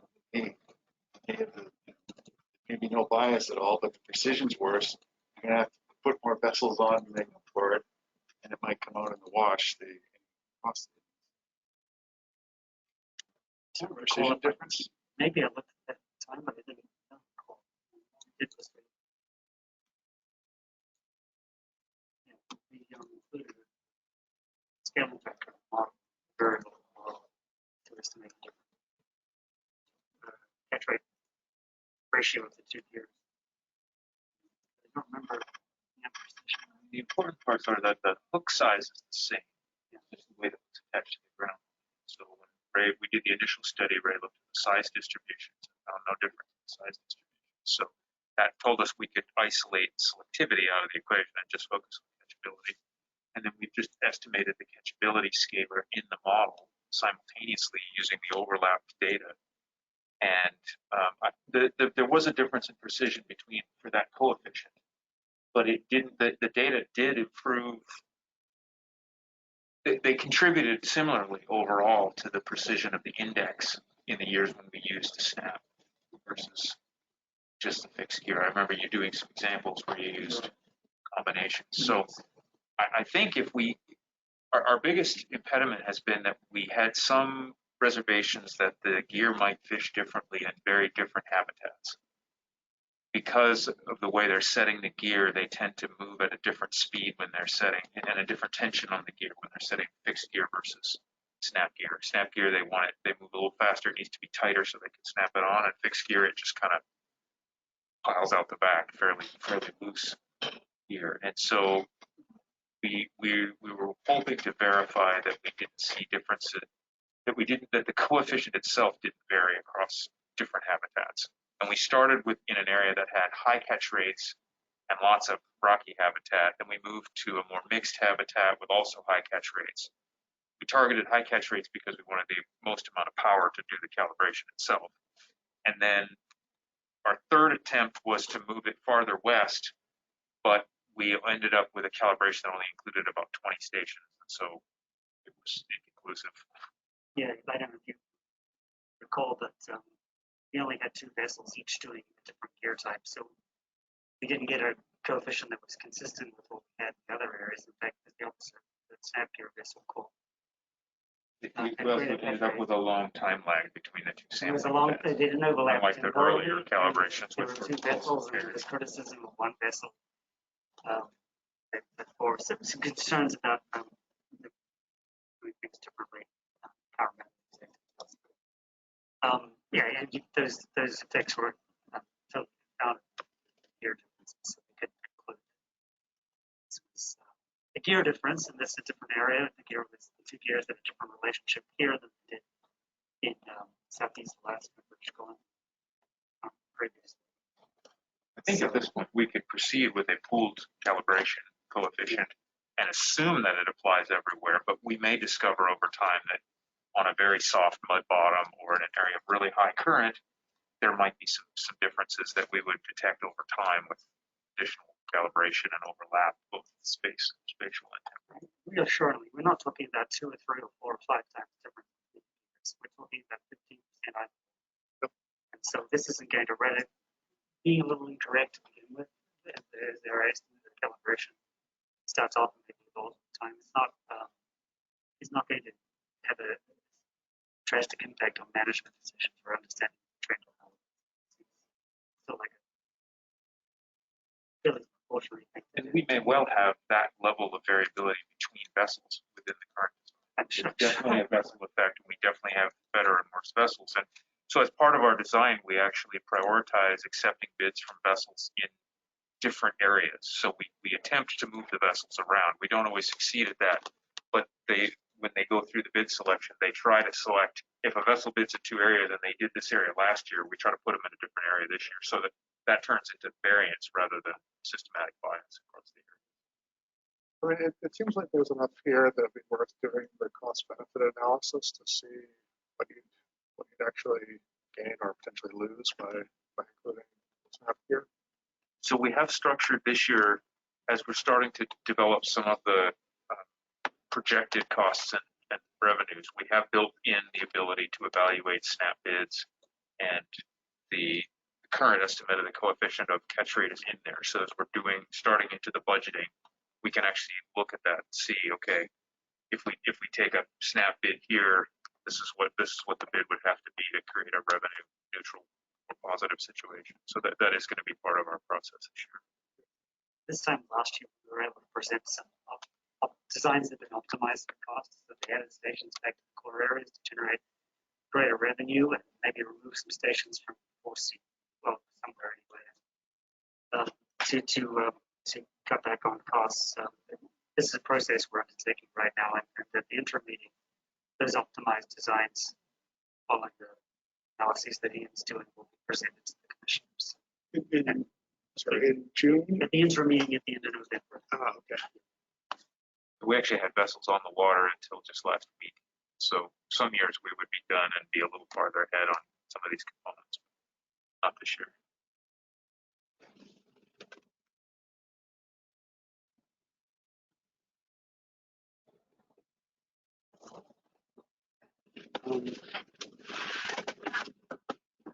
So just moving into the other parts of the talk, we can circle back if you think of anything else regarding this in coming years. But just a couple of model updates I wanted to introduce to you, and we can talk more. Likely these will come back to in June. So it's ongoing work. So the Bering Sea model update. NIMS trolls. We talked about the NIMS troll with this calibration study, which was conducted 2006 and 2015 when the two surveys overlapped. We added stations in shallow waters in the eastern Bering Sea that we otherwise don't fish. So it calibrated the length distributions of the two gear types. Once a length calibration has been undertaken, the calibrated trawl index then scaled to have the same pounds per skate units as the fish. So these scale factors, this is what this is about, scale factors, not the calibration itself, but the scale factors. Scale factors have been estimated external to the space-time model using the combined fish and trawl data. And a single scale factor is estimated for each variable, O32 weight unit effort, all sizes and all sizes numbers. So while with the current modeling framework, I can't do the calibration itself within the model, the estimation of these scalars can be done within the model. At the moment, the scalars are assumed known and fixed. We're just working with a single number with no variance propagated into the estimate. So one potential improvement to the Bering Sea model is to estimate the scaling within the model itself rather than external to the model. And so the space-time model is a bit of a review, separates the processes into zero and non-zero components. So we estimate the probability of zero catch rate at a station, or in fact, we're actually estimating the probability of non-zero. And then for the non-zeros, we have a distribution associated with those. And so the gear coefficients can be added to each of those model components to account for differences in the index values due to gear effect. Control versus 7. So we have a gear index, 1 versus 0. But we know that the calibration was only actually done in 2006 and 2015. So we isolate that calibration experiment using a calibration experiment coefficient, which is otherwise not of any interest to us. And then the interaction of the trawl stations that were fished as part of the calibration experiment. So that will give us some parameters that we can estimate to get at those scalars. So instead of a single scalar for each gear type, single scalar, the relationship between the two gear types, the index for the two gear types, we'll actually get a pair of scalars, one for the zero component in the model and one for the non-zero component in the model. And it turns out separating those things has interesting effects on the index, which makes sense in hindsight, but something that didn't occur to me. So diving straight into the estimates, because it's not as complicated addition to the model. But, so the parameters that we're estimating, we have a G for a gear coefficient for the zero component of the model. This is simply an overall difference between troll and fix, okay? Whether it's in the calibration study or not. But we're really interested in that clean comparison within the calibration study. And so this is the interaction term essentially between calibration study and gear type, and we get the overall coefficient by adding those two things together. And likewise for the non-zero, we get a coefficient and we add those together to get the overall coefficient for the gear differences between calibration within the calibrations. So these are all on the log or logit scale. So to interpret these, we need to back transform them. And doing that, for the zero part of the model, we get this scalar or scale factor of 8.1 for the zero component of the model, which we interpret as meaning the odds of non-zeros is 8 times greater on the FIS than the troll. We get a lot of stations on the troll, more stations on the troll survey than on the FIS, which bring back no halibut. In this case, this is 032 halibut. They're getting a lot of small fish. They're not targeting the larger fish. So not only is the average different, but the distribution of zeros is different between these two gear types. And this was something that isn't considered when you just come up with a single scale factor estimated external to the model.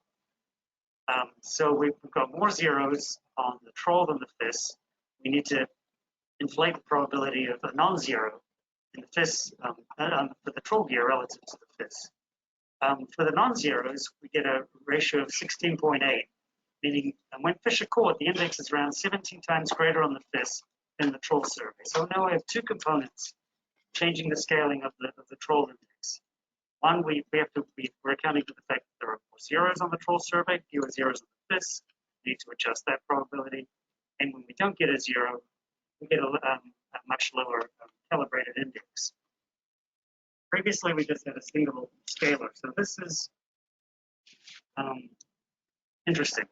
So these values are generally consistent with the previous scale factor, which was 37, applied to all calibrated troll values, zeros and non-zeros outside of the model. So as before, this calibrated troll index needs to be scaled up to match the units of the FIS index. However, treating the zero model component separately affects how zeros are handled. And this is an interesting part of this. You try something and you think it's just going to be fairly routine, and then you learn something along the way. So the troll survey has a higher proportion of zeros, and this is ignored when scaling all the data by the same factor outside the model. 37 times 0 is still 0. But the model, when you're doing it within the model, it does something a bit different, and it is changing the probability of 0 within the model, depending on the gear type. So by including the gear difference within the model, we allow the probability of a 0 to vary with gear type, because this probability gets adjusted when undertaking prediction. So when we did the prediction to come up with our estimated index, we're predicting as if everything was from the set line survey. When we get that calibration, then we do the prediction, and we can use both gear data, both data types in the model. One has to be adjusted relative to the other. Then we can predict as if everything was fished using set line. It's the same thing we do on the snap versus fixed comparison. We include data from both types of gear, but we're only going to predict for the purpose of calculating the index as if everything is from fixed gear to ensure consistency. So this has an impact on the time series, especially when there are no FIS sets among the troll sets. So outside the years 2006 and 2015, when zeros are more common on the troll survey. So this was the result that kind of surprised me when I first looked at it, but then made sense in hindsight. So the blue line is the index that we estimated in 2021. The red line is generally, red line uses the within model scale, is generally showing the same trends, but it's consistently higher with a couple of exceptions. Those exceptions are 2 years in which we had the FIS stations mixed in with the troll stations in 2006 and 2015, and it's the highest density part of the time series when there were relatively few zeros on the troll survey as well. When times were good, the troll survey was still catching some 32 fish. And so those are the situations where having troll survey have a much lower rate of zeros has less of an impact, whereas elsewhere we're accounting for those zeros as well as scaling the index when we have non-zeros, and it's essentially filling in some of those gaps in the troll survey. If the troll survey said that there's nothing, we now understand that part of the reason that we saw nothing is because the troll survey is much less likely to catch 32 fish than this, not because nothing was there, but because the survey itself was unable to, was less likely to catch fish, and so we had nothing to scale. So accounting for that separately, we actually increase the index. Now, I'm not finished. This modeling, this analysis is still in progress. I was hoping that this would be integrated into the modeling for this year, but that's certainly our intention, as noted here. A couple of We do use the calibrated troll data also in regulatory 4A, regulatory area 4A. But because we're fitting the models separately, any scalars that come from 4CE don't get swallowed up and used in 4A analysis. So, but we have very few, and there are very few data from that 2006 and 2015 experiment used in the 4A modeling. So for now, proposal would be to continue using external estimates and scaling factors for this area. It's unlikely to make much of a difference in 4A, even in that area where we do have overlap. It's a relatively high density part of the Bering Sea. So it's likely that the full survey is catching fish. But I've got the main reason I'm not implementing this year is we've still got some ongoing technical issues. For some reason, this version of the model is much crashier. I've been trying to resolve these this morning. I was hoping to present results for all sizes of API, where I expect the impact to be less because then we're bringing in the small fish that the troll survey catches more of, and so there'll be fewer zeros to deal with. I have yet to get that model to fit without it.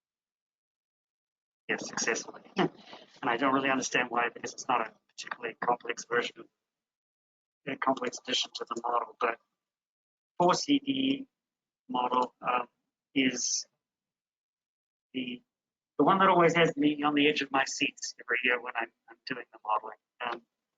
It generally can fit the model okay, but the prediction is it's really computationally intensive. Sometimes there are memory allocation issues. Sometimes it just crashes. Well, almost every year it crashes for no reason that I can discern. And I find my kludgy ways around it by breaking the data prediction part into smaller and smaller pieces until it works. So it seems like there is some memory thing going on in there, but community. Sure. I never remember that, but I get a more powerful one each year. It still takes in the order of 5 days to fit the prediction part of the 4CD model, and maybe about 1 day to do the actual model fitting. So I have a new computer that I'm using, and it seems to be significantly faster, maybe about half the time. But this may be a issue with the software, the R package itself. That's what I was thinking. Yes. This is all just in base R, right? It's not This is an R and TNB or anything. no, it's not. This is the R inlet package, which is designed to do these things. I'm probably pushing it beyond what most people are using it for. There are alternatives that are becoming widely available. I mean, folks have been using VAST for similar models.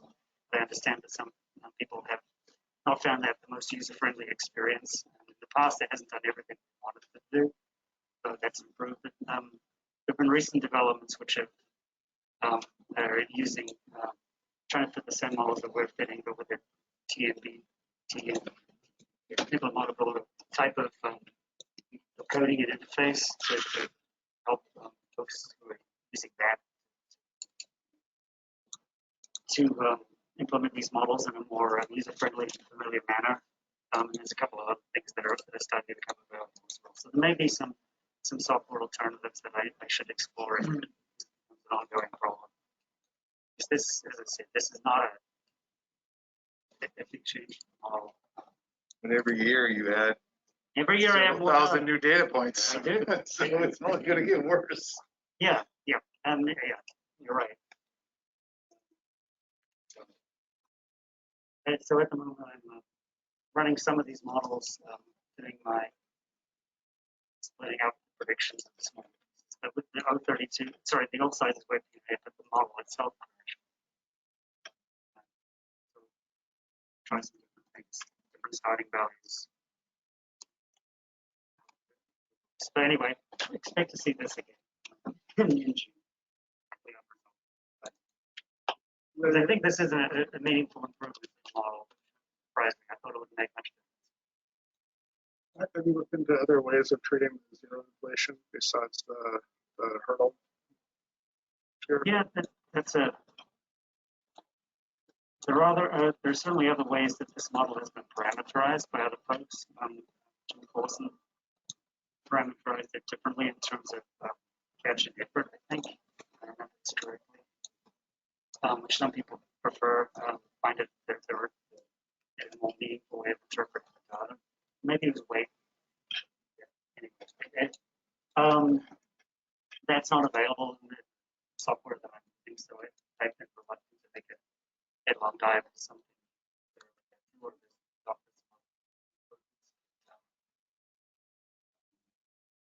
Or just different distributions, mixture distributions that you might, rather than separating out the presence, absence, and the abundance given presence. Right. I'm open to suggestions. Jim's using the Tweety distribution. Yeah, It's becoming more and more. It's getting a lot of room for species distribution models, but Tweety is kind of taken over. Okay. We've also considered the potential to expand this kind of approach to do age-based spatial models, where we would also be standardizing the composition data at the same time. But that would seem to require a PhD project or something similar for the amount of data and the size of the application that we have. It's crashing now. Yeah. This is the only area that crashes. One thing that improved was our first year is I had some good starting values to which to use with subsequent years. Stabilize things in general. Could have something to keep me anxious at this time. But no, you're right, it's worth exploring some of these other. Is any of that possible without leaving RINMA and going to afterwards? Yeah, what I should look at, they really haven't.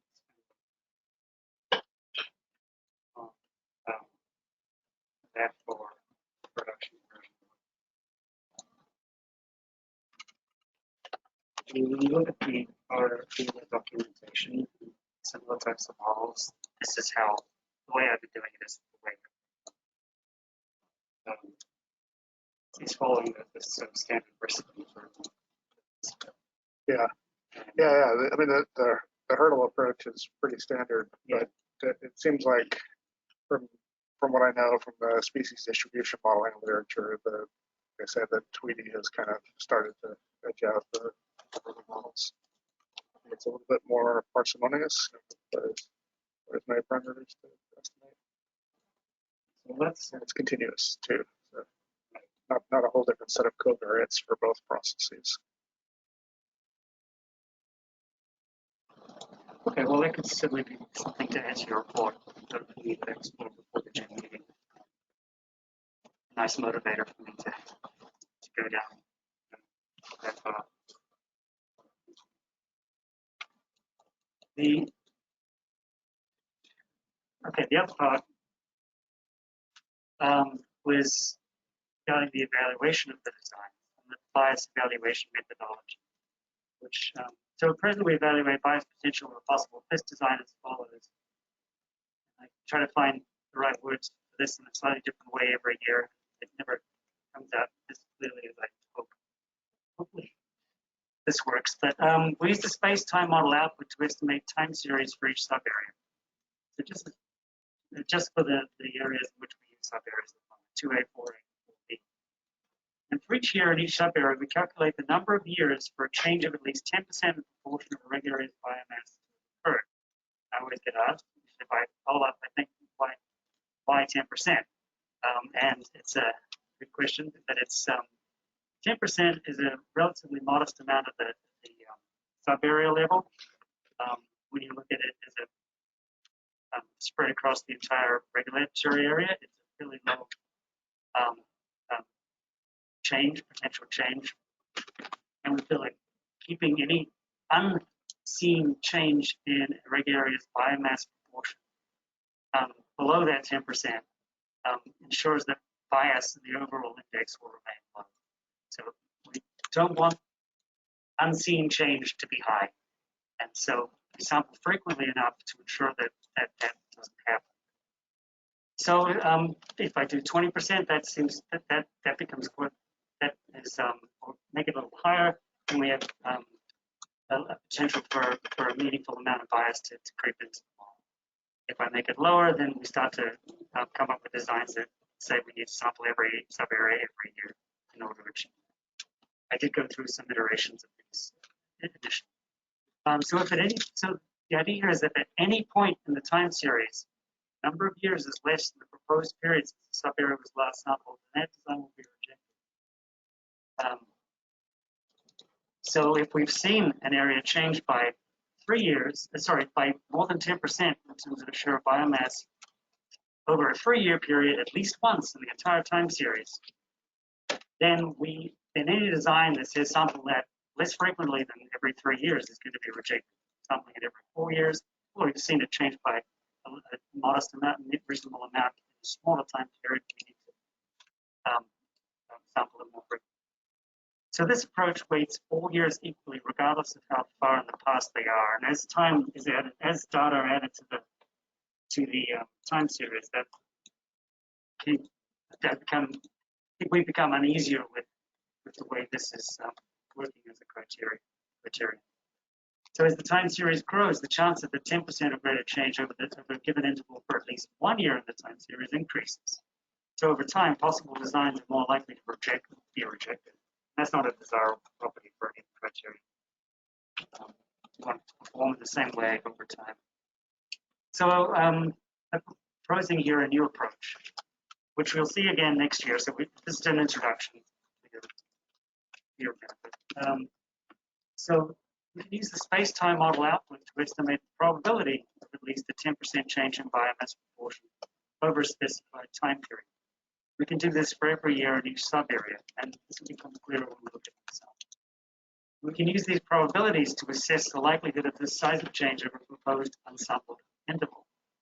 This will give great, and we can give, therefore, doing this, greater weight to probabilities from recent years in this evaluation. So it's not going to treat all years equally.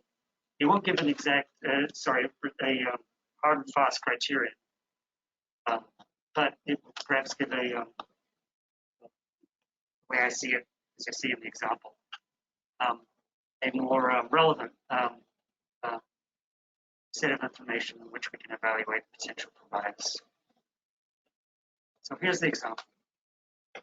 So this sub-area 1 and 4B, we've talked about this area a bit already. This sub-area encompasses the Western Aleutian Islands, the area we wanted to fish in 2022, but didn't get a viable bid for. So it was last sampled in 2019, and some of those stations, some stations were not sampled until the expansion year, since the expansion year of 2017. It was proposed in 2022 based on historical time series showing at least a 10% change in biomass proportion over 3 years, at least once in the past. So based on that, the current bias evaluation assumes a high risk of bias. Because we're using the entire historical time series, things have changed over the time series. This 4B historically in the early 2000s, late 90s had very high biomass, and as over the subsequent years in the first decade of the century was fished down considerably, and now the biomass is relatively stable, but much lower than it has been historically. And so those changes we saw in the historical time series were generally over the period in which the biomass was coming down. And so basing a criterion on those changes, such a criterion is likely to be emphasizing data that are no longer relevant. So here's what the new evaluation methodology spit out. So here we have the 3 sub-areas for area 4B, and each of those bars represents, I haven't gone into the equation part of this for this presentation to keep it brief, but similar talking. So from the posterior samples of the space-time model, we get estimates of the distribution of the index, weight per unit effort index, for each sub-area in each year. And so we get also estimates of the change in that index for 1 year, or over 2 years, or over 3 years. And we can come up with, and there are 2,000 samples for each sub-area in each year, each index. So from that, we can estimate a probability of changing by a certain amount over a certain time period. So these graphs represent the probability of at least a 10% change in biomass proportion over the previous 3 years. So instead of just having a fixed, well, yes, it's happened once in the past, and so we should or should not accept this design. We should modify our design accordingly. We can look at how likely was this change to happen in a given year in the past. So since we haven't, I picked the 3 years because we hadn't sampled this sub area since 2019. What are the chances of at least a 10% change over a 3-year period in any of these years? So if we're in 1996, what's the chances that we've changed by 10% or more since 1993? We're in 2021, which is what the data series goes up to. What is chance of a change of at least 10% since 2018? And so we can see that the greatest chance of a change of that size occurred in sub-area 1, Western Aleutians, in the earlier and middle parts of the time series when that sub-area was being fished down from very high biomass. And it's this part of the time series that was telling us we need to sample this quite frequently, every 3 years. Whereas in recent years, noting that we have samples from 2016 to 2019 in this sub-area, not 20, but 20 and 21. Recent years are telling us that this type of change is much less likely. We now have a low but stable biomass in the western part of 4B. Now, there's always a risk that things are still going to be changing in unexpected ways, unseen. But this is several years of estimated low probability of large change in this sub-area. And you'll note that this probability increases in the terminal years of the time series, even though we don't have any data. It's slowly going up, and that's a feature of this, in that greater uncertainty leads to a greater spread in the weight per unit effort values, and you'll get greater probabilities of that change having occurred, just because you have no information to inform that. There's more uncertainty, probabilities will increase. The model will start throwing up larger values of weight per unit effort because of the greater variance associated with the year in which you have the data. And so you see that things are a little different in the other two sub-areas. Sub-area 3 is the high density area, and it stayed a relatively high density sub-area. It's the eastern part of 4B, and it has in recent years still high probability of change over a short time period. And we are targeting this sub-area for sampling almost every year, 2 out of 3 years. Sub-area 2, we sampled for the first time this year since 2019, comprehensively for the first time since 2017. Here we're getting more of that uncertainty creeping in. We have no samples in 2020 and 21. This method allows us to incorporate that uncertainty and by seeing greater probabilities of large change as the uncertainty increases. So I find this approach quite appealing and quite, it offers an improvement in that it allows you to place greater weight on the more recent years data. These little graphs, I think, certainly help. So if I have this, okay. So time since high probability of large change is easily factored into the evaluation. We can focus on the probabilities in the most recent years. What's the most relevant part of the time series? Which is something harder to do in the old criteria. And as I noted, the probabilities incorporate uncertainty in the time series. The lack of sampling increasing the variance and this variability propagating into the probability. Okay, so I'm interested, you can either digest this and we'll see it again in June, but I'm also obviously interested in feedback on this. It's an improvement or more information, there's more detail on the paper. Enough time. Questions, comments? I thought this was great. Thank you. Yeah. Yeah, that answered some questions for me. I was wondering about it last time. Yeah. We were proposing to do it, but this explained it. Well, you'll certainly see it again. Some similar graphs for other areas. June, we gave you evaluation of the subsequent designs. Yeah, it might help to show the, some error bars on those to show what you mean by how the uncertainty is changing. So these are probabilities. So Well, those are probability. yeah. Oh, okay. Yeah. So I guess what I can have alongside this is the time series for each sub areas with the confidence interval, the credible intervals, Yeah. which will show the uncertainty in the first years in particular. For those, which will, yeah, that's probably better than me saying it exists.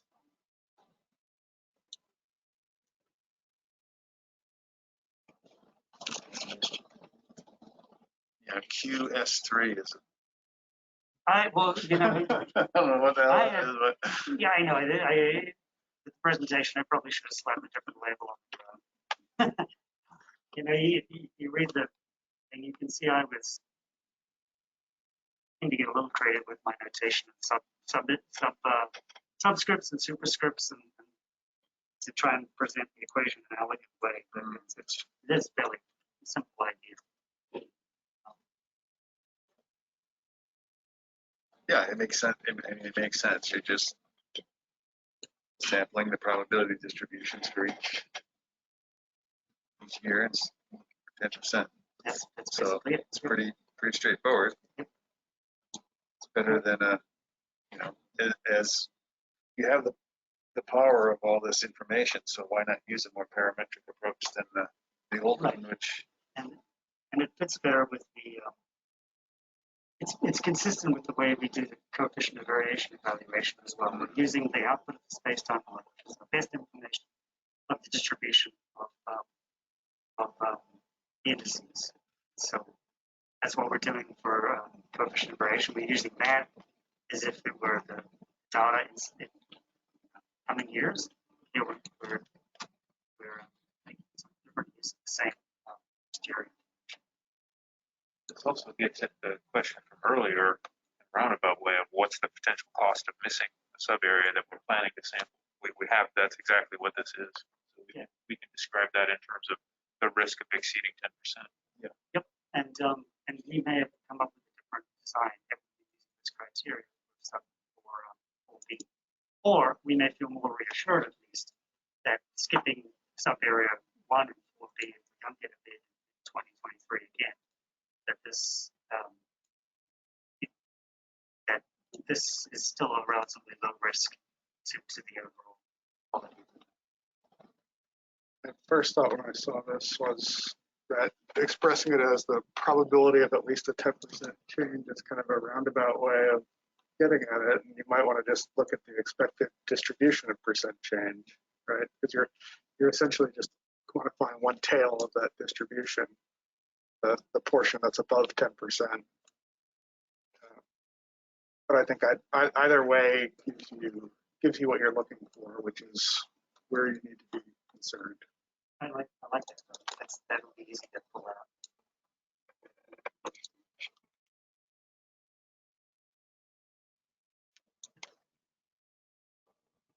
And this certainly highlights that it's area sub 3 that in recent years is where you may want to pay attention. Exactly. And doing 4A, I've done this 4A, I haven't done it 2A. The results are similar. Tells us we should keep doing what we're basically doing. Yeah. Maybe with some small tweaks. Still value in confirming that. Yes. is this something you would present at the annual meeting? No. It gets To the I mentioned, well, I may have, I do have, do present the evaluation thoughts of the commissioners at the work meeting with the brief summary of how we did the bias and how we did the CV thing. No one's ever asked about it. I'm not sure if they understand it, but I hope they're reassured that we're doing something, that makes some sense. And that's what you'd like to find. But I think this is getting into the weeds of how we do things. Yeah.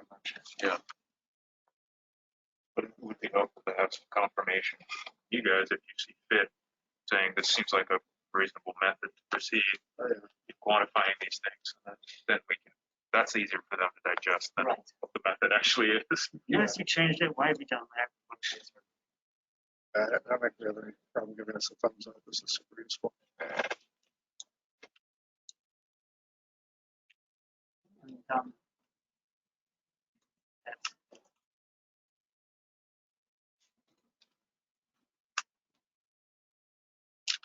It's almost 4:30. Just chime in there, Chair. Discussing with Ian and Alan, both of them think they have less than an hour each of material presentation and questions, or Alan, do you think you might have a bit? With questions, it might be just a little bit over an hour. You have 3 hours slotted for the stock assessment in the morning, so there is time to get them done. If you wanted to spend a bit of time now deliberating and drafting on today's presentations. So don't feel rushed, you have to jump into MSC's back. I think that'd be useful. I'll do some drafting here for the last half hour. Sure. Okay. We have consensus. So then, do you want to tomorrow morning as well? Or should we start writing?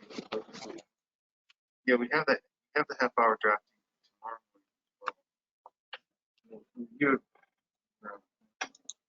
You have day one discussion.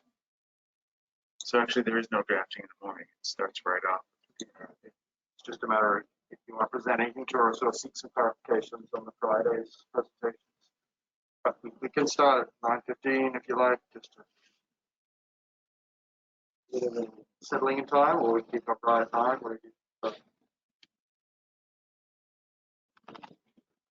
Well, we're going to have to drive here tomorrow. Where are you based? We're down the other end of It's quite a the drive. lake or whatever that thing is. It's the lake, right? Yeah, we're by Seattle Center. We're just like lots of space. I think it's about a 10-minute drive. Here. But anyway, yeah, let's aim for 9:15 just to put a buffer in there. Revisit any.